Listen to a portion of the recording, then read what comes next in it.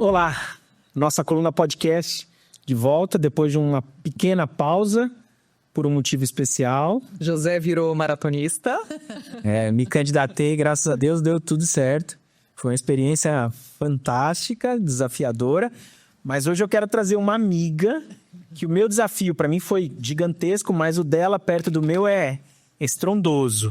É uma amiga especial e hoje o programa vai falar de uma coisa muito profunda e muito sincera, que é você dar um pedaço de si em amor a alguém. Então, apresenta pra gente quem é essa convidada. Doutora Débora Puzzi. Ela é cirurgiã de transplante, recordista mundial e ela é nova integrante do Guinness Book. Tudo bem, Débora? Tudo bem, muito obrigada pelo convite, por ter me chamado aqui para conversar um pouquinho com vocês. E vamos falar um pouquinho sobre transplante, né? A Débora tem essas duas facetas, né? Então, de um lado, a gente vai explorar todo esse assunto que é muito importante, tem muitos tabus, mas eu já quero começar sobre essa história do Guinness Book, porque isso é fresquinho, acabou de acontecer. Além de ser médica, eu também sou atleta, me considero uma atleta, né? Sou nadadora, a natação sempre esteve presente na minha vida, então...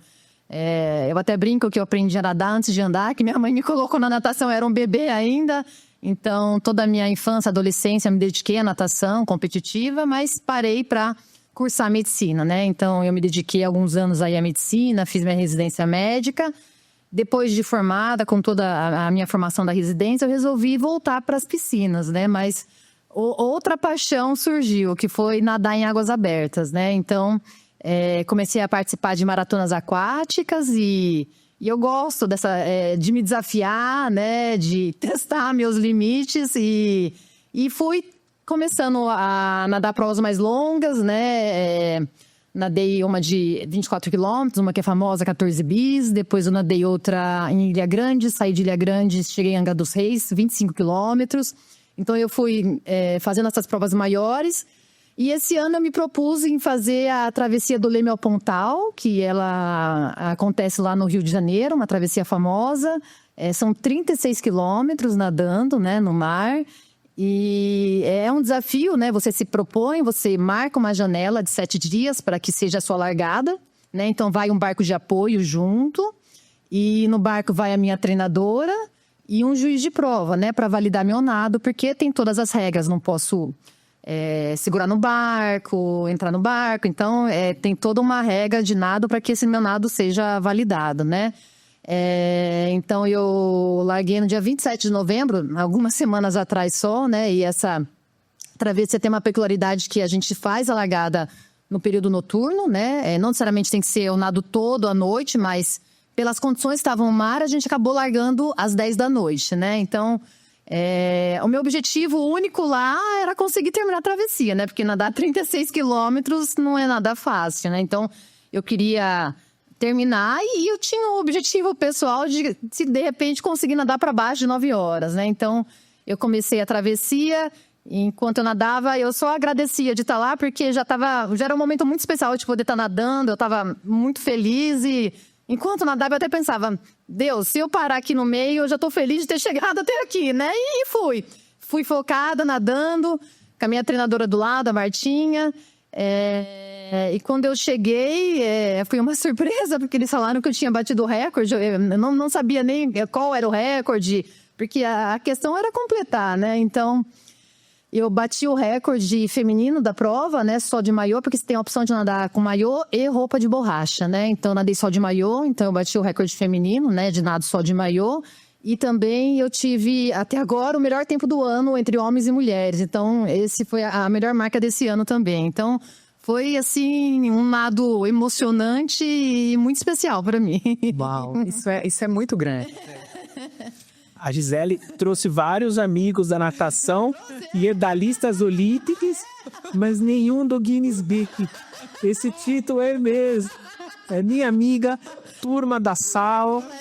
Que legal. Débora, nossa, eu te achei tão corajosa, porque são muitas coisas envolvidas. Você sozinha no mar, no escuro, sabe? São muitas variáveis, né? E acho que nadar em águas abertas é isso. Você tem que estar pronto para tudo, né? Porque quem dita seu nado é a mãe natureza. Então, apesar da gente ter uma previsão de que a correnteza vai estar para esse lado, o vento para esse, a temperatura da água X, mas na hora nunca é exatamente, né, como você, né, imagina. Então, realmente é a mãe natureza que vai definir se você vai conseguir completar aquele nado ou não. Então, acho que isso que torna ainda mais gostoso o desafio, né? Mas você fica pensando no que nesse momento? Eu me foco muito. Eu acho que, para mim, nadar, quando eu tô nadando, é como quando eu tô operando, assim. Eu fico muito presente no agora, né? Então, eu tô eu tô operando, eu tô nadando, então eu fico muito focada no meu nado, né? Então, Você conta abraçadas? não conto. Pra mim é uma coisa meio assim que é automática. A pessoa pergunta, pra que lado você respira? E eu falo, gente, eu não sei, eu não penso nisso. Eu vou nadando, é uma coisa tão automática assim pra mim que eu entro num hiperfoco, sabe? E aí, enquanto eu fazia essa outra maratona, eu só pensava, mais meia hora, porque tava escuro, né? E eu sabia mais ou menos que horas que ia amanhecer, né? Então, eu ia de meia hora em meia hora, porque a gente faz hidratação, a gente para se hidratar, né? Então, eu larguei, nadei 1 hora direto, depois a cada meia hora, minha treinadora apitava, eu ia para perto do barco e ela me dava um gel de carboidrato, um isotônico. Então, a cada meia hora, eu parava. Só que eu lembro que a Martinha até elogiou as minhas hidratações, porque eu estava tão focada que quando eu ia hidratar, eu queria falar muita coisa para ela. Eu queria falar assim, Martinha, avisa meus pais que eu tô bem. Eu queria falar tanta coisa, mas assim, eu chegava perto do barco já um pouco cansada. Aí eu tinha tempo, ou eu falava ou eu me hidratava. Então, eu me hidratava, ficava quieta, ela dava as orientações e eu continuava nadando. Então, era coisa rápida, sabe? Então, eu fui nesse ritmo. E aí, até o pessoal perguntou, Martinha, tá tudo bem com ela? Ela, não, ela é assim mesmo. Porque quando eu tô treinando também, eu não sou de falar muito, né? Ela pergunta, tá tudo bem? Eu falo, tá. E vou no meu ritmo, né? Então, é uma coisa que eu fico... de coração, eu vivencio aquilo e somente de momento. Não dá nem pra dispersar. Às vezes Caso venha um tubarão, você pensa nisso? penso. Às vezes dispersa um pouquinho, dá um pouco de medo, mas na maioria das vezes eu tento não pensar, né? Porque se a gente pensar, vai entrar em pânico lá nadando, né? Porque a gente não controla as condições, né? Então, tudo é possível, né? Água-viva, caravela, tubarão. Então, a gente tenta não pensar, mas se pensa, dá um pouco de medo. Dá uma sim. piradinha. Dá. Ô, Débora, eu acabei de correr a maratona que eu comentei. Maratona são 42 quilômetros. Como que no meu mental eu trabalhei, e é muito isso, é trabalhar o mental, porque chega uma hora o corpo inteiro dói. Isso. E o que faz você continuar adiante eu me preparei, eu tô pronto e eu vou lá. Na maratona eu fiz assim, 21 quilômetros, eu falei, eu completei a metade, agora eu preciso dobrar. E aí o marco diferencial foi os 35, que dos 35 aos 42, só a cabeça trabalhando e pensando em família, pensando nessas coisas. Na sua prova, qual foi a quilometragem que você falou, puxa, cheguei na metade, ou teve isso, e qual foi o paredão que você teve que superar? Eu conversei com alguns amigos que treinam comigo antes de fazer essa travessia, que eles fizeram essa travessia já. Então, eles falaram, Débora, você vai passar Copacabana, Leme, Ipanema, aí vai ter o Costão de Pedra, né, o Vidigal. Então, nessa parte, o mar é mexido mesmo. Então, tenha paciência que depois, quando você passa, que depois a gente entra na Barra. Então, a Barra são vários quilômetros. Então, quando você entra na Barra, o bar melhora. Então, eles foram me dando essas dicas e eu fiquei com isso na cabeça, né? Então, antes de entrar na prova, eu olhei o mapa com a minha treinadora para saber os pontos que eu ia passar, né? Então, eu sabia como ia ficar o mar. Então, isso me ajudou, de saber que o começo ia ser chato, difícil, né? Tanto que com 2 horas de prova, meu ombro começou a doer. Eu falei, meu Deus, eu tenho muitos quilômetros ainda, como que eu vou fazer, né? Aí eu lembrei de outro treinador, né, que eu treino o Igor, né, o Igor de Souza, bem famoso, e ele já corrigiu meu braço esquerdo, ele falou, Débora, a hora que cansar, você tem que esticar seu braço, ele me deu as dicas, aí eu tirei um pouquinho também, lembrei do Samir, eu sou cheia de treinadores, porque eu já treinei em Campinas, treino de sábado com o Igor, aqui em São Paulo com a Martinha, e o Samir também falava pra mim, tira o apoio da braçada, então aí eu já comecei a mudar minha técnica, então isso já ajudou, né? E então eu pensei muito no que eles falaram pra mim, né, da prova, e eu dividi em meia hora, e eu sabia que a hora que amanhecesse ia me dar um ânimo a mais, porque aí ia começar a ver a luz do sol. Então, assim, eu calculei que ia amanhecer umas 5 e pouco da manhã, mas umas 4:30 já começou a aparecer, a ficar meio rosado o céu. Então, nesse momento, eu falei, vamos lá, agora falta pouco, né? Então, isso deixou eu bastante animada. Graças a Deus que em nenhum momento nessa prova eu me senti, assim, difícil. Quando eu caí, eu senti que meu nado estava bom naquele dia, né? Porque atleta é engraçado, né? Porque tem vezes que você entra na água, parece que o braço dói, né? A perna dói, você fala assim, hoje não é meu dia, né? Não é... Exatamente. Mas nesse dia eu caí no mar e não senti nada. Você desliza diferente. Isso, exatamente. Você que foi nadadora sabe, né? Essa sensação, né? Uhum. E eu tava um pouco angustiada porque faziam 2 noites que eu não dormia bem, porque meu cachorrinho, eu tenho um cachorro idosinho, e ele tava mal, tinha ido pro hospital, então eu tava com a cabeça a mil, eu falei, meu Deus, como vai ser essa travessia? Mas eu caí na água e foi. Então, em nenhum momento foi difícil pra mim, e nadei bem. E aí eu me poupei no começo, que eu sabia que o mar era batido. Então, quando eu entrei na barra, que já era mais ou menos quase a metade, eu senti que eu tava inteira. Aí eu consegui dar um ritmo no nado, até dei um nado mais ritmado e fui embora, né? E o engraçado, quando a gente vê a Pedra do Pontal, a gente vira a Pedra do Pontal pra entrar, acho que é a Praia do Recreio, é uma distância muito pequena, mas é o finalzinho. E aí eu tentava entrar na praia e a correnteza me jogava pra fora. Eu falava, poxa, essa parte da travessia, meus amigos não me contaram que ia ser difícil essa chegada. Eu falei, por que eles não me falaram isso, né? Até pensei na hora, né? A gente vai pensando tanta coisa. Acho que eles quiseram me poupar, né? Só na hora eu sabia que deve ser assim, mas acho que eles esqueceram mesmo, né? E aí eu tava chegando, aí tinha um pessoal que tá lá na praia nadando, tudo. Aí eu olhava e falava, gente, eles chegaram até aqui, estão nadando, brincando, e eu não consigo atingir a praia. Eu falei, meu Deus, tô cansada, que correnteza. Mas aí eu fui e cheguei. Essa foi a parte mais difícil pra mim, a chegar, né? E, Débora, dá pra contemplar a beleza do Rio de Janeiro nesse momento? Durante o nado, assim, apesar de ter sido noturno, a orla do Rio de Janeiro é muito iluminada. E a gente nada longe, né? É bem longe da praia, mas a gente consegue ver todas as luzes da orla. O Cristo me acompanhou há muito tempo, então eu ficava olhando pro Cristo, olhava as luzes. Então, assim, é um nado bonito. Claro que eu acho que a energia, quando você tá à luz do dia, né? O sol, isso te dá um ânimo a mais. Mas a travessia noturna também teve as suas belezas, sim. E você viu algum animal, alguma coisa? Como é que foi? Água viva, só que eu trombei bastante.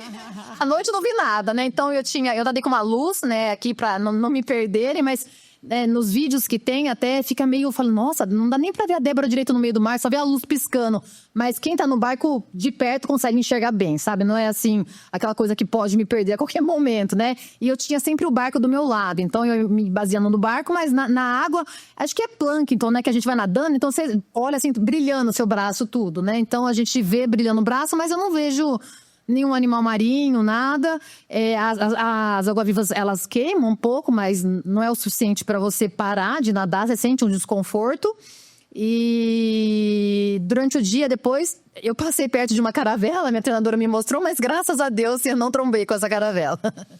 E eu acho que tem uma frase que ela falou no começo que é muito legal, né? Que é o hiperfoco. Uhum. É tentar trazer o nosso dia a dia como cirurgião para nossa vida, né, lúdica, esportiva, e manter o foco. Isso é muito verdade de quem opera. Que durante cirurgias, a grande maioria das vezes, a cirurgia é muito tranquila, tá tudo programado, mas às vezes acontecem umas intercorrências. E aí eu quero entrar nessa área, a área do transplante. Fala pra gente, o que é ser uma cirurgiã, mulher, no transplante hoje, e quais são os transplantes que você faz? Bom, se é uma mulher que faz cirurgia e trabalha com transplante, eu tive que lutar muito para estar nessa posição, né? Assim, eu vejo que hoje a medicina já talvez até mais mulheres são médicas, né? Antes, quando a gente fez a faculdade, acho que era um pouco mais homens ou meio a meio. Mas eu escolhi uma profissão, uma área na medicina que é ainda bastante masculina, né? Então, você fazer cirurgia geral, escolher por cirurgia do aparelho digestivo. Então, ainda assim, é um pouco difícil você conseguir seu espaço como mulher, né? E o ambiente do transplante, assim, é muito especializado. Então, são poucos que conseguem chegar lá e se mantêm nessa área, sabe? Então, foi muita assim, dedicação, né? Muito estudo e graças a Deus eu cheguei onde eu queria estar, né? Sou muito feliz fazendo, né, sendo cirurgiã, não me vejo fazendo outra especialidade médica e... Qual que era a outra pergunta? Desculpa. Quais são os tipos? Dentro dos transplantes, Os tipos. Eu sou cirurgiã do aparelho digestivo, então, primeiramente, eu comecei a atuar com transplante de fígado. Tive também o contato com transplante de pâncreas da minha formação, mas transplante de pâncreas o volume é menor. Então, eu voltei a ter contato, a trabalhar com transplante de pâncreas aqui em São Paulo, né? E aqui também, vindo para São Paulo, eu comecei a trabalhar com transplante de rim. Então, atualmente, eu trabalho com transplante hepático adulto e pediátrico, intervivos e doador cadáver. Transplante de rim também, doador cadáver e intervivos. E transplante de pâncreas. Então, são esses tipos de transplantes que eu participo. Ô, Débora, e qual que é o momento mais emocionante, assim, na hora do transplante? Olha, eu acho que são vários momentos, né? Mas, assim, o que é muito marcante pra gente é saber que o paciente na fila de transplante, ele depende daquilo para continuar vivendo.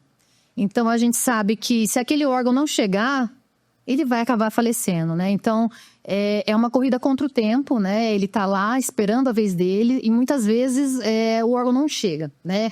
Então, a gente tem bastante campanhas aqui no Brasil para que as pessoas sejam doadoras, mas infelizmente ainda há um maior número de pessoas na lista de espera do que órgãos disponíveis para doação. Então, acho que a grande vitória é ver aquele paciente que realmente está na beira da morte, ele tem que receber aquele órgão quanto antes, e você tem a oportunidade de transplantá-lo e ele renasce. Ele ganha outra vida. Realmente, assim, melhora muito. O paciente que a gente transplantou, o cirrótico, né? É o paciente que muitas vezes ele tem encefalopatia, então ele fica com uma confusão mental. A ascite, que é a água na barriga. Então, todas as complicações da cirrose, do fígado não funcionando, limitam muito a vida dele. Então, depois que a gente transplanta, aquela ascite melhora, aquela água na barriga some, o paciente volta à autonomia dele, né? Então, volta a ter uma vida normal. Então, encontrá-lo depois, né, no ambulatório, no consultório, e ver esse paciente que ele voltou, né, para a sociedade, voltou a ter uma vida, isso é a parte mais gratificante que a gente tem mesmo. Isso é muito bonito de ver. E outra também que é muito gratificante é a questão do intervivos, né? É aquela ligação, né, do doador com o receptor, né? Aquela emoção de você poder oferecer parte da sua vida para uma pessoa, né? Então, isso é um momento muito especial quando a gente faz a cirurgia e aquela ligação de que deu tudo certo e eu pude colaborar de alguma forma com aquela pessoa. Então, esse sentimento também é muito bonito. É muito interessante isso, porque são duas pessoas em tempos distintos quando transplanta, né? Você olha a imagem, a figura da pessoa naqueles sofrimentos e depois que recebe o órgão, às vezes a fisionomia é totalmente diferente. A cor de pele, o aspecto, então dar a vida novamente. Isso mesmo. Você comentou num assunto sobre cirrose. Cirrose é uma patologia que acomete o fígado. Qual é a principal causa de cirrose no Brasil hoje? Atualmente, então, a cirrose é a fase terminal da agressão ao fígado, né? Então, a gente tem uma hepatopatia que o fígado vai se machucando e vai cicatrizando e vai ficando duro, né? Então, é um fígado que já não funciona mais direito. É uma doença que ela se torna irreversível, tá? Claro que nem toda cirrose a gente vai indicar o transplante de imediato. Então, tem toda uma categorização para que a gente coloque o paciente em fila. E hoje, no Brasil, ainda a principal causa é o álcool e as hepatites virais, B e C. Mas uma coisa que eu chamo a atenção aqui é a doença hepática gordurosa, que isso, daqui a alguns anos, ou em breve, vai ser a principal causa de transplante. Porque a deposição de gordura em excesso no fígado faz uma injúria, machuca o fígado e muitos pacientes eles desenvolvem a cirrose por conta disso. Como é que a gente, então, cuida bem do nosso fígado? Muito importante a questão de ter uma vida saudável no sentido de alimentação, exercício físico e controle do peso também, né? Porque aquela coisa de você falar, eu tô gordinha, a minha gordura se deposita nos braços, né, nas pernas, mas também tem a gordura visceral. Então, quando a gente engorda, a gordura também deposita nos órgãos. Então, a gordura visceral é que mais faz mal para a nossa saúde. Então, às vezes, a gente tem aquele paciente que tem a perna e o braço fininho, mas tem aquela barriga enorme. Então, essa gordura visceral que vai trazer as outras doenças, né? Diabetes, pressão alta, né? As doenças metabólicas. Então, essa gordura visceral vai fazer muito mal para o paciente. a gordura se deposita no fígado e machuca, né? Então, de uma forma geral, é conseguir ter uma vida saudável como um todo, né? Exatamente. Essa palavra esteatose hepática, né? Então, as pessoas passam e os homens em si até acham isso motivo de graça, né? Ah, quem não tem barriga não tem história. E eu fiz o exame, doutor, todo homem tem. É aquela história, esteatose hepática. E a Débora está aqui para falar para a gente que é um alerta. É um alerta, é uma coisa de saúde pública. Sim. Precisa se cuidar, porque aquela doença silenciosa pode chegar. Exatamente. Então, assim, nem toda a esteatose vai levar à cirrose, mas se perpetuar por muitos anos e for se acentuando, isso vai causar uma agressão ao fígado. E não é só a questão da cirrose, mas do organismo como um todo, né? Da doença metabólica, da diabetes, pressão alta, dislipidemia, que é alteração de colesterol no sangue. Então, é o indivíduo como um todo, né? E uma vez entrou na fila, eu queria que você passasse para as pessoas que estão em casa a seriedade dessa fila. Não existe essa história de um conhecido, alguma coisa. É uma coisa muito séria no nosso país. Sim, sim. Como é que funciona essa fila? A fila aqui no Brasil de transplante, ela é muito bem regulamentada. Então, a gente tem a Central Nacional de Transplantes, tá? Cada órgão tem uma regra, no caso que a gente está aqui falando do fígado, né? Então, a fila, ela é única estadual. Tá certo? Então, cada estado tem uma fila. Independente se o paciente é SUS, particular ou convênio. Então, é uma fila única de acordo com o tipo sanguíneo, tá? Até alguns anos atrás, o transplante só era feito pelo SUS ou particular. E há alguns anos ele entrou para o rol da ANS. Então, o transplante de fígado, né? A gente pode também transplantar pelo convênio. Mas independente de como o paciente é inscrito, a fila é a única estadual. Tá certo? Então, e é uma fila dinâmica, tá? Não é por tempo de inscrição. Então, a gente faz uma pontuação que chama MELD, tá? De acordo com essa... a gente leva em consideração alguns exames laboratoriais, creatinina, bilirrubina, INR, sódio. Então, é um cálculo complexo do logaritmo, mas isso dá a possibilidade, a previsão de mortalidade em 3 meses para o paciente. Então, quanto maior essa pontuação, maior risco dele falecer. Então, se ele está com a pontuação muito alta, ele tem que atualizar mais vezes os exames dele de MELD. Se está com a pontuação mais baixa, não tem que atualizar o tempo todo. Então, às vezes, o paciente cirrótico, ele piora em um dado momento, ele está em 20º na fila, só que ele piorou, o MELD dele aumentou, então ele vai para ele pula. Exatamente. Então, é uma fila dinâmica. E eu posso doar para uma pessoa específica ou eu tenho que doar para o primeiro da fila? Não, essa fila é para doador cadáver, né? Então, o paciente, aqui a gente faz a modalidade no Brasil intervivos, uma pessoa em vida doando um pedacinho do fígado, e a modalidade doador cadáver. O que é doador cadáver? É quando um paciente ele tem a morte encefálica. O que é isso? A morte cerebral. Então, ele está em um estado grave, está numa UTI, então ele morreu, né? Tem a morte cerebral, mas ainda o organismo dele está funcionando pelos aparelhos. Está na ventilação mecânica, está com medicações para manter a pressão, o coração batendo. Então, o diagnóstico de morte foi feito. Tá certo? Então, há todo um protocolo para a gente conseguir fazer esse diagnóstico, né? E uma vez que é feito esse diagnóstico, a gente conversa com a família. Na verdade, assim, né? E eu tô na posição de equipe de transplante, então tem uma equipe especializada, não tem essa mistura, né? Então, uma equipe para isso faz toda essa conversa com a família. E hoje, no Brasil, quem autoriza a doação é a família, tá? Então, independente se o paciente que faleceu falou em vida que queria ser doador ou colocou no RG, claro que a família tende a levar isso em consideração, mas a palavra final é da família. Da família. Tá certo? Então, uma vez que a família autorizou a doação, então a gente faz a extração, a captação dos órgãos. Então, o diagnóstico de morte já foi estabelecido, o paciente ele faleceu.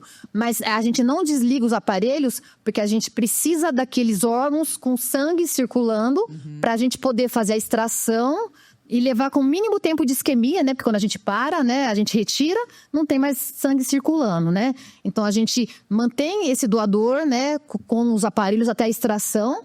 E uma vez que a gente extrai o órgão, a gente leva até o local onde vai ser implantado, até o receptor. Entendi. Então, essa fila é dessa forma, né? Com doador cadáver.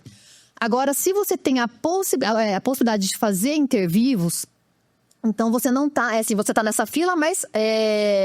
você vai doar para uma pessoa específica. Entendi. Entendeu? Então, você está se propondo doar para aquela pessoa. Então, se dá certo, a gente marca o dia da cirurgia e aí ela sai dessa fila porque ela vai receber um transplante intervivos. Tá certo? Deu para entender? E isso é muito importante porque, assim, o intervivos precisa ter um grau de parentesco, não é isso? Não necessariamente.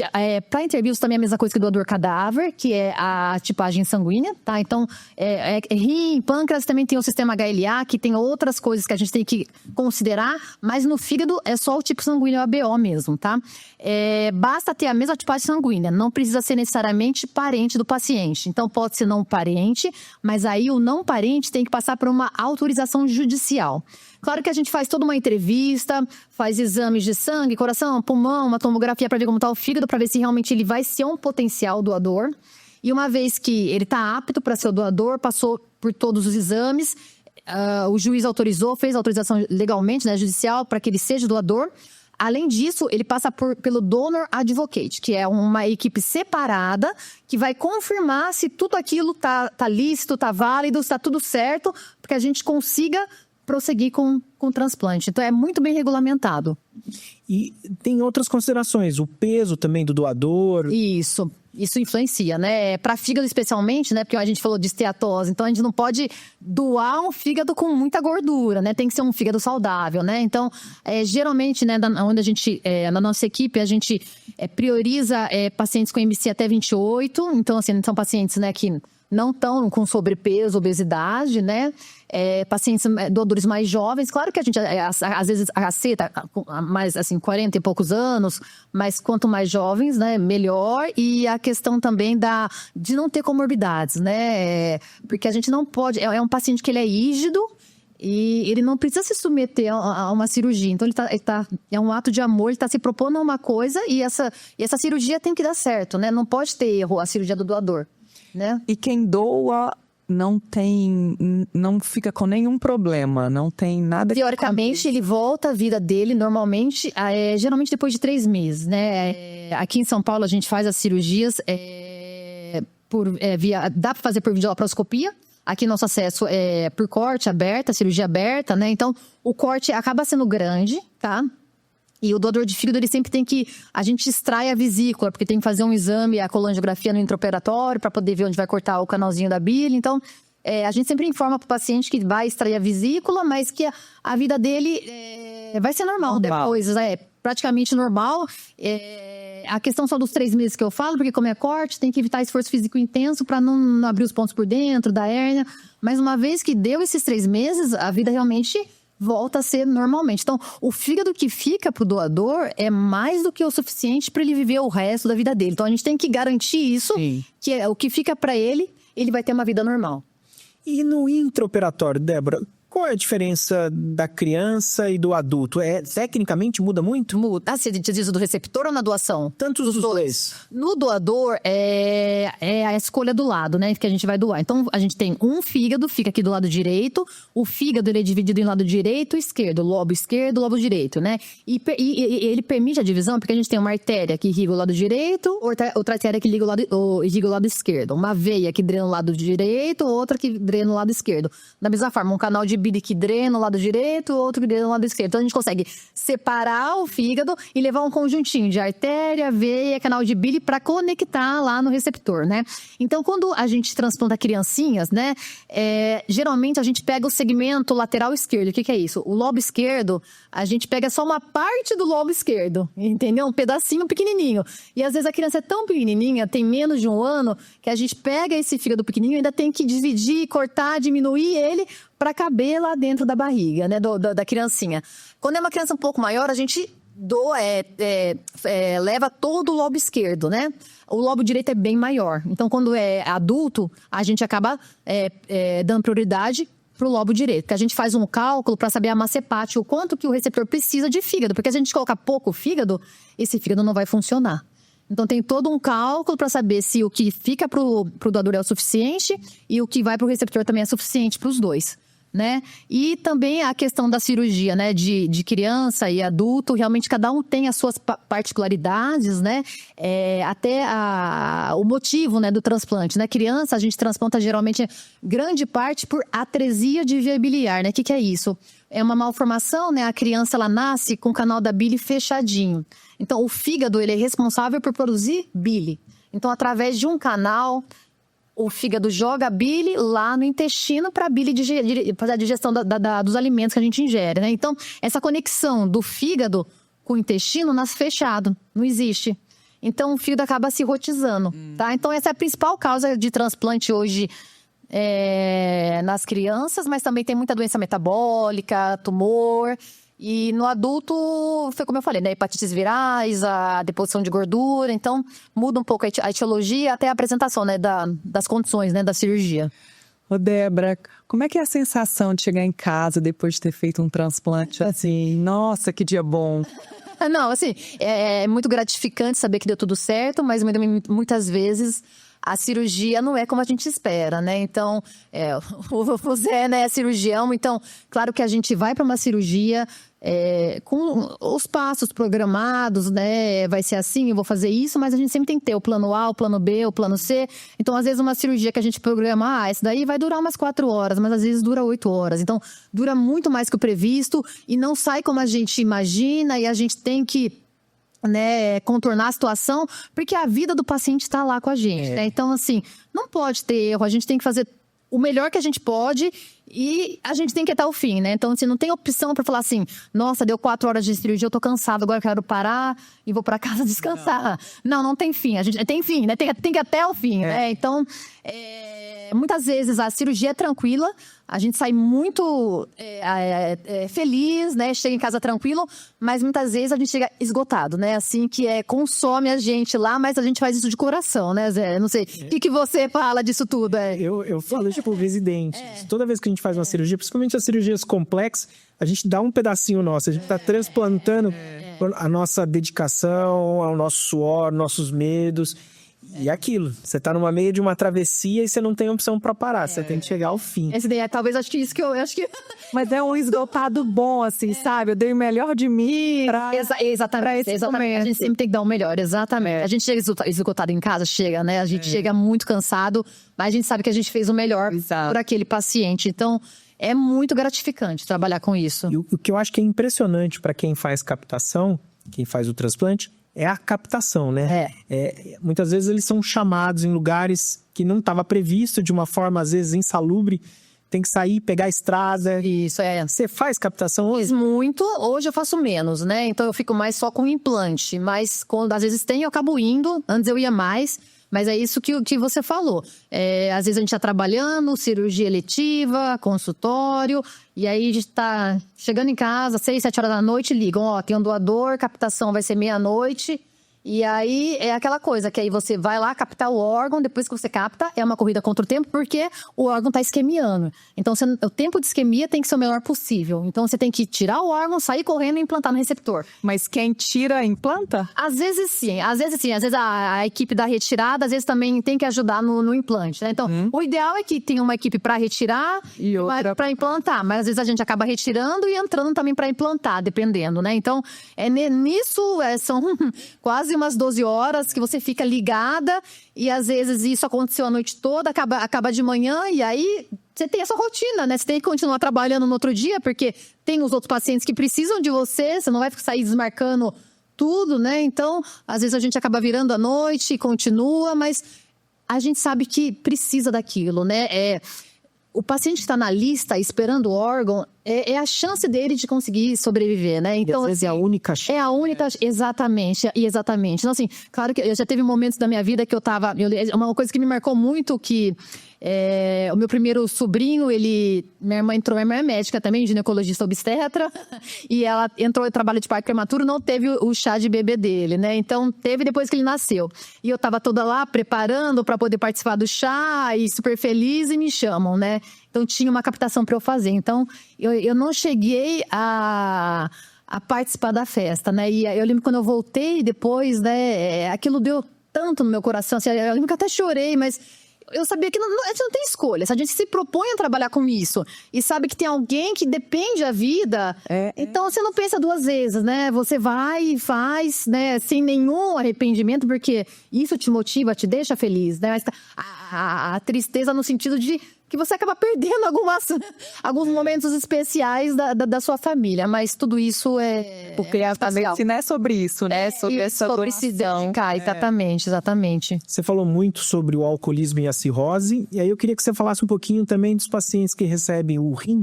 Quais são as patologias que levam a... Dos rins, muitas doenças autoimunes, glomerulopatias, que às vezes desenvolvem na infância. O rim, quem tem mais contato com o paciente no pré-operatório é o nefrologista, né? No fígado a gente acaba tendo mais contato com o paciente. Então, muitas vezes, esse pré-operatório, o nefro conduz, porque a vantagem do rim, ele pode ficar na diálise. Então, no fígado, uma vez que o fígado para de funcionar, a gente não tem outra coisa para colocar, assim, coração, né? A gente consegue colocar pulmão na ECMO, consegue dar... Assim, é muito grave, mas você tem uma máquina que faz a função do órgão. Do fígado não tem. Mas do rim a gente consegue ganhar um pouquinho de tempo, porque ele fica... Apesar que, assim, de ser uma vida muito ingrata, né? Você tem que fazer diálise várias vezes a semana, isso acaba com a vida do paciente, mas ele consegue se manter até alguns anos nisso, né? Até receber um rim novo. Então, essa é a vantagem do rim, né? No caso de pâncreas, a indicação é diabetes tipo 1, tipo 2 a gente não transplanta, tá? Onde eu trabalho, a gente faz só o transplante duplo, pâncreas-rim. Então, é o paciente que é diabético tipo 1, que desenvolveu a nefropatia por conta da diabetes. Então, o rim, por conta da diabetes, né?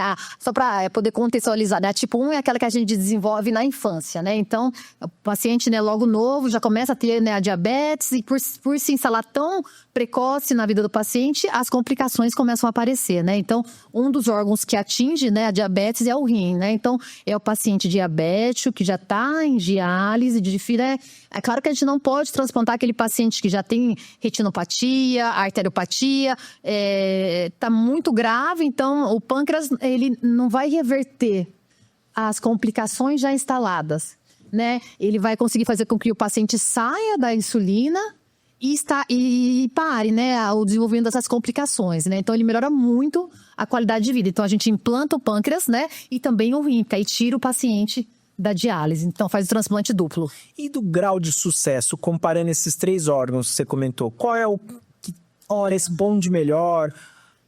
É mais compatível? Talvez o rim, assim, acho que que eu vejo, né, dos lugares que eu trabalho, assim, aqui a gente tem um serviço muito grande em São Paulo, que a taxa de sobrevida em 5 anos quase em 100% do rim, assim, né? Vai muito bem. E também a doação do rim é grande no sentido que o doador cadáver, ele beneficia 2 receptores, né? Porque são 2 rins, né? Então, 2 pessoas vão conseguir receber esse rim, né? Então, tem a questão do intervivos e também que cada doador cadáver consegue beneficiar 2 receptores, né?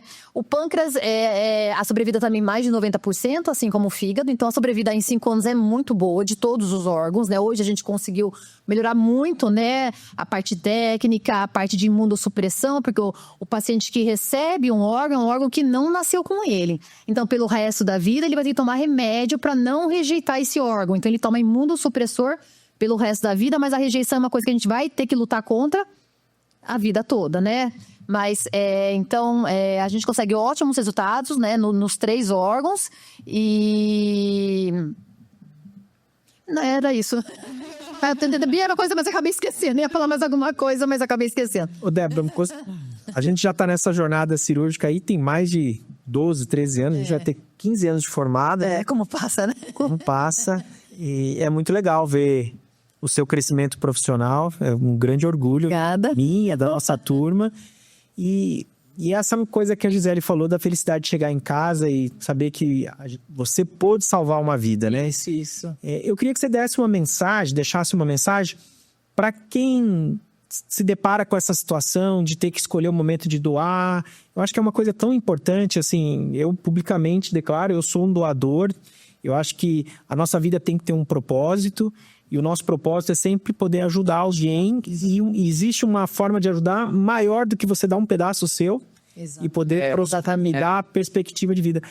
Que mensagem que você dá? O que você avisa para quem... Eu acho que o mais importante de tudo é a conscientização, né? Porque eu falei tanta coisa aqui, mas isso a população desconhece, né? Da possibilidade da doação, dos riscos envolvidos. Então, se você se conscientiza que realmente isso é possível, é seguro, né? Então, a população acaba, né, aderindo a isso, né? E a outra coisa também que eu vejo é o fato da gente doar, né, nesse momento tão delicado, né? Quando a gente perde um ente querido, né? Então, a gente está num momento muito difícil, né? E eu vejo que isso ressignifica muito para algumas famílias a morte, né? Daquele ente querido, porque através da doação, muitas pessoas vão ser beneficiadas, porque é o fígado, o pâncreas, o coração, o pulmão, a retina, pele, osso, então os rins, intestino, inclusive. Então, muitas pessoas vão poder ser beneficiadas com essa doação. E eu acho que não tem sentimento melhor, né, do que você ver a emoção do outro, né, quando você faz alguma coisa pelo próximo. Exatamente, isso é muito gratificante. É exatamente isso. E quais são os próximos desafios na sua especialidade, Débora? O que você acha que é o futuro? O futuro? Eu acho que essa questão do transplante intervivos é uma coisa que ajuda a fila de espera, porque a gente tira, né, desafoga um pouquinho essa questão daqueles pacientes que só podem, né, não tem um doador e estão lá para ter a doação cadáver. Então, a gente consegue desafogar um pouquinho o sistema com o transplante intervivos, mas muitas coisas estão vindo aí para melhorar a nossa especialidade no sentido de melhora do órgão quanto horário cirúrgico, né? Então, hoje, aqui no Brasil, a gente não conseguiu ainda trazer, né, mas a máquina de perfusão, né? Então, uma vez que a gente tira, por exemplo, o fígado lá do doador cadáver, às vezes é um fígado que tem um pouco de gordura, e é um fígado um pouco que não tá 100%, e você vai lá e tira bem a 1h da manhã, e você tem que correr e começar às 3 da manhã o transplante. Isso também é cansativo, né? Para o cirurgião que você trabalhou o dia todo, ter que chegar lá de madrugada e operar, né? Não é uma cirurgia simples, é uma cirurgia grande. Então, com a máquina de perfusão, né? É uma máquina que a gente coloca o órgão, ele fica perfundindo, né?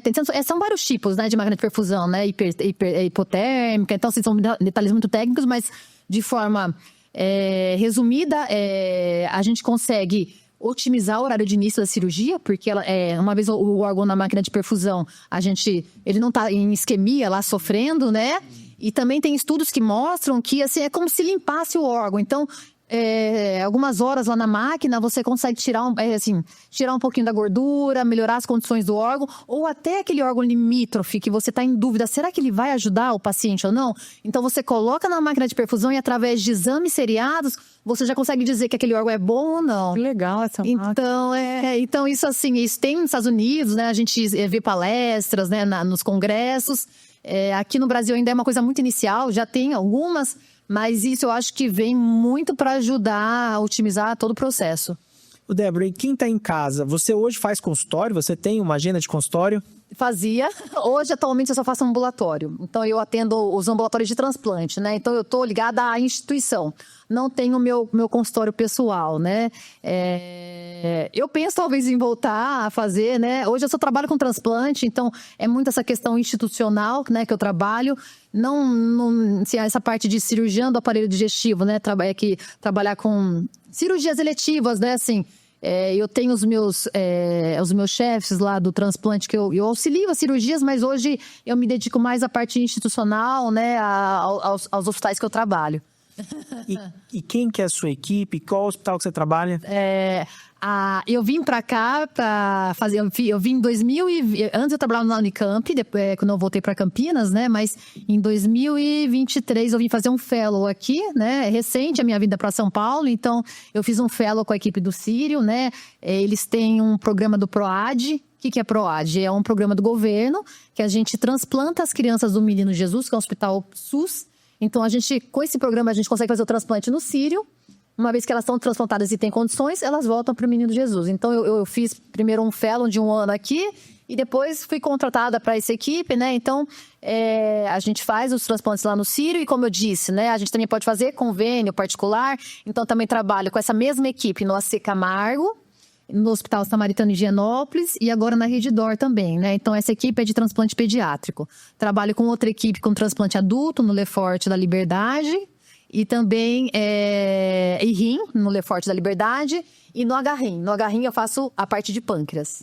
Então, são muitos hospitais, né? Muitas equipes. Muito trabalho. Eu brinco que minha vida é um eterno sobreaviso, né? Então, como eu faço parte de mais uma equipe, eu tô todo dia de plantão, né? Eu só não tô de plantão se eu vou para outro país ou outro estado. Porque pode não ser o dia que eu tô lá, que eu tenho que passar visita, meu dia de visita, mas o celular tem que estar ligado. Porque doador cadáver não tem hora para acontecer. Uau. Então, você dorme com o celular ligado para tocar todo dia, toda hora, 24 horas por dia, 7 dias na semana. Então, meu sono é muito leve, né? E aí, até as mensagens eu deixo silenciada, mas para as pessoas que eu sei que vão me chamar, tem um toque na mensagem. Então, às vezes, eu tô dormindo, acordo com uma mensagem, né? Ó, Débora, transplante às 3 da manhã, pode?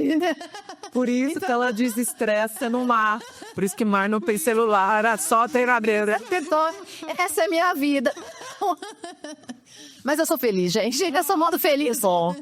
Ô, Débora, e quem quer te acompanhar? Suas redes sociais são abertas? São abertas. Eu tenho o Instagram, Débora, @ Débora Puzzi, Buzzi. Então, hoje o Instagram é a minha rede social que eu mais alimento. Eu posto coisas de medicina e também muita coisa de esporte. Uau. E aí, Gi? Nossa. Legal. Mas aqui, é puxada essa vida, hein? Puxada. E você tem tempo pra você, Débora? Ela me perguntou, ela falou assim, Débora, você é casada, tem filhos? Ela falou assim pra mim. Eu falei, eu até contei pra ela assim, vou contar rapidamente, porque quando eu fiz residência de cirurgia do aparelho digestivo lá em Ribeirão, quando eu acabei o R4, eu lembro que meu professor falou, Débora, faz mais um ano de transplante, né? E eu lembro que naquela época, como eu tava na residência, eu tinha que fazer as captações, então me chamavam de madrugada, e eu morava sozinha com meu cachorrinho, né? E eu lembro que meus pais iam pra Ribeirão me ajudar, porque meu cachorro ficava muito sozinho, né? E eu tinha que sair em cirurgia, captar. Então, eles iam me ajudar com o meu cachorro e toda vez que eu tinha que sair de madrugada e olhar pro meu cachorro, eu falava, gente, eu não quero isso pra minha vida. Eu quero casar e ter filhos. Quando eu tiver filhos, como que eu vou sair de madrugada e deixar meu filho aqui sozinho? Então, quando o meu professor me propôs em fazer um ano a mais de transplante, eu acabei não indo. Até fui atrás pra ver a minha inscrição, mas tinha passado já o prazo, né? Aí eu fui fazer um ano a mais de cirurgia bariátrica. E aí fiz esse ano a mais, voltei para Campinas, comecei a atender consultório, cirurgia bariátrica, e uma colega minha de Campinas começou a me ajudar nas cirurgias, que era também cirurgiã do aparelho digestivo, só que ela trabalhava com transplante. Ela falou, Débora, a gente precisa de ajuda lá na Unicamp para captação, você não quer começar a fazer captação? E aí a vida foi me levando de volta pro transplante. Então, assim, hoje eu não casei, não tenho filhos e trabalho com transplante. Então, a gente não pode lutar contra a vida. Essa é a mensagem que eu deixo aqui. A metáfora da vida é que às vezes a gente larga e sai nadando no mar aberto e a maré vai levar a gente pra ver o lugar. O verso falou, não, né? Você vai não rolar com Não é esse o caminho. E essa é a beleza da vida, talvez. Débora, é assim, a minha esposa trabalhou no Menino Jesus. Ai, que legal. E eu participei muito dessa fase da preparação da criança pro transplante. Tá. Então, às vezes, ela chegava exausta e crianças com doenças hepáticas, muitas vezes, têm sangramentos. Então, eles fazem transfusão, assim, com seringa, assim. E eles lutam com a criança para ela ter uma condição clínica para a Débora ir lá e salvar. Eu posso te falar com absoluta certeza de vivenciar, minha esposa, você tem vários filhos lá no Menino Jesus. Você tem várias crianças que hoje correm por aí, graças à sua mão, à sua equipe. Obrigada, com certeza. O trabalho de vocês é incrível. É lindo. A Débora é modesta, humilde, mas a equipe que ela faz parte é uma das melhores do mundo. Isso sim. Então, assim, até orgulho dessa equipe, A sobrevida das crianças transplantadas é de 100%, assim, ou muito próximo disso. Então, criança transplantada, eles vão para vencer mesmo. Então, parabéns, é um orgulho ter você como amiga, é um orgulho você estar no Guinness, mas eu acho que o maior Guinness é você poder ver essas crianças sobrevivendo com certeza.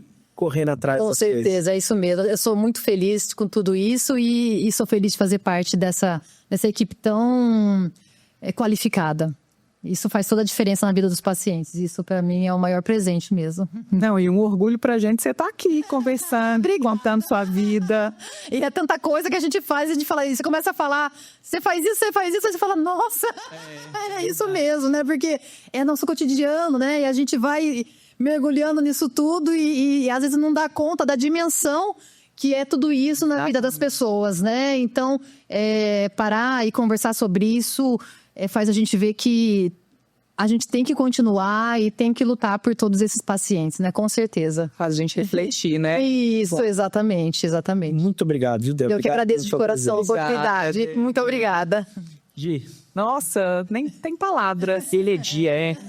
Eu acho que se ela tiver 10% dessa energia no mar, ela vai bater todos os tecoris. Exato. Obrigada. Bora pro próximo programa? Tava com saudade de gravar.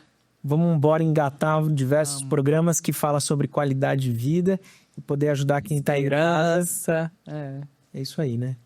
Pessoal, se você está em casa, se você conhece, se você já foi impactado com algum parente que foi doador ou precisa de uma doação, vamos divulgar esse programa. Eu acho que o Brasil é um país que tem diversos problemas, mas nessa parte de doação de órgãos é um país muito, muito sério mesmo.